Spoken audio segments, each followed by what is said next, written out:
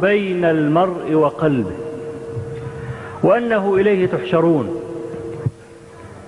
فالذي يريد أن يصلي ولا يستطيع لم يستجب لله ورسوله في حياته، ولذلك عوقب بأن حيل بينه وبين قلبه، تلاقيه غريب حاسس بغربة مستمرة.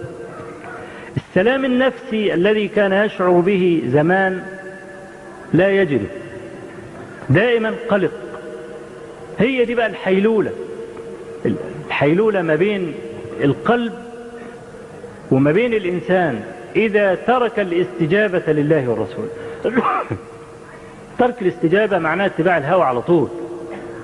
قال تعالى: فإن لم يستجيبوا لك فاعلم أنما يتبعون أهواءهم. خلاص يبقى يا استجابة يا هوى.